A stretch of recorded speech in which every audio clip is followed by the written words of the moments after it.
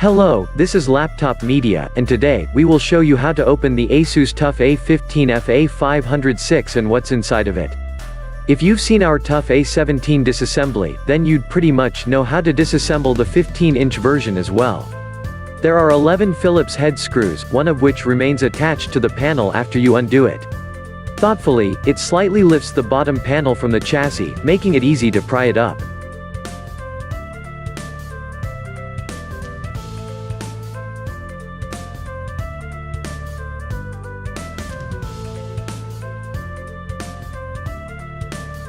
Now that we're inside, let's take a quick look at the cooling solution.